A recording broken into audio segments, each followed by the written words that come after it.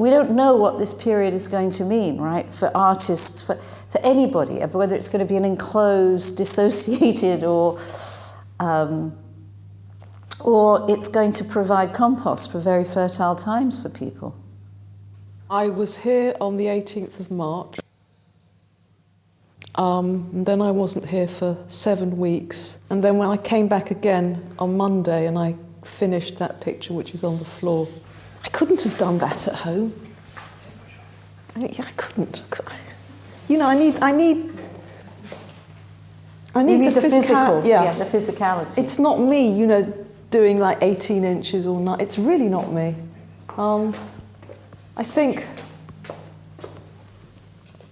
I know I did this at home. I think this is about as good as it gets. What I'm really struck with coming into the studio is what you're talking about, is this intense physicality. I love the sense of abandon at the same time as the constraint of the frame. To have that sort of knowledge of the medium and to surrender it to it at the same time as having an idea of what you're doing and where it's going. I find that, all of that mishmash, really interesting. I feel very at home with paint. I just do. I mean, wherever I go, at home, there's paint everywhere. There's paint on the taps, there's paint in the kitchen, there's paint by the side of the bath. There's always paint. So paint is your language, it's what you inhabit. Yes, it is. I just love the fact that you're experimenting, you're alive. You know, just like a writer tries new forms and doesn't write the same bloody book all the time. Well, for me, that's what it's about. It's about experimentation. Well, exactly, so that goes back to process and what you're exploring. And you don't know what you're exploring until you're doing it, and then you do know, and then you don't know. I know, Susie, you prefer my head paintings. No. Do you not?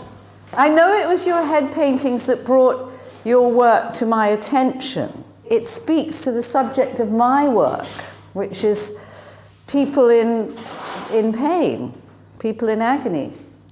I'm not in agony. No, I mean, I'd rather look at your pinks, especially that one. I think it's like intriguing me that it's got joy, but also quite a bit of sorrow in it. You know how I feel about the faces. They're haunting, scary, anguishing. I can't look away from them. I can't stand to look at them. They drive me nuts. It's very interesting for me to look at look at that picture, for God's sake. All scribbled out. You're so cross. You are so cross there. That was lying near the easel with the big black one, and you said, "What is it?" I said, "I don't know. It's too wet to look at." Yeah, but that's like an angry little girl, isn't it? Mm. Full of hope too, with the little flicked up hair. I'm very, very drawn to this picture at the moment. I don't know why. That was on March the 17th. I did those three together. I was lucky with that. Yeah, I mean the balance on that one is really, it's very aesthetically pleasing to me. That means it's no good. I just remember Paula Rago, who liked my work, and she once said to me that a good piece of work is seldom attractive. And that always stayed with me. I tend to go along with her. If it's very beautiful, there's no reason to keep looking at it. I don't think that's true at all. Would you say that in music? Would you say that in poetry? In writing? Would you say that in dance? Would you say that in... I mean, there's so many fields of expression. I've got to disagree with you. Because if something is attractive, it's easy, I'm not interested. If something's got an edge, I want to look again, I want to discover, I want to explore. That's all. That's fair enough. But an edge doesn't necessarily preclude an aesthetic. No, but I think things are more meaningful I think you're more likely to return to something if you don't quite understand it. You mean in your work? I mean, if something's laid out in front of you and it's attractive, although I might acknowledge that it's very beautiful, I'm less inclined to look at it. It's not going to interest me as much as something that is a bit odd, a bit weird. I would say that, wouldn't I? Could I show you something? Please. Okay, I'm coming through.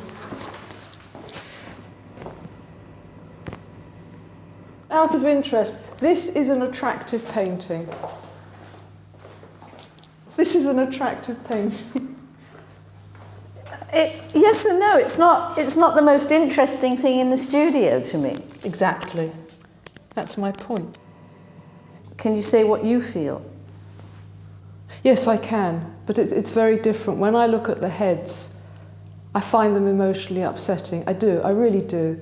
I mean, when you saw the first lot of heads over a year ago, and they were all set out, you know, we sat for about an hour and a half, and I felt very bad afterwards because I'd made them, and at some point I'd stopped making them when there was something on the paper that was close to me. So that I have a very emotional response to the heads, but I don't have an emotional response to the abstract work because that's purely about the paint. And I just notice flaws and how things could be a bit better and the colours not being right. It's far harder for me to paint an abstract painting because it's more mysterious. So why do you think you're drawn to it? Because it's difficult. Right. Difficult is what I know.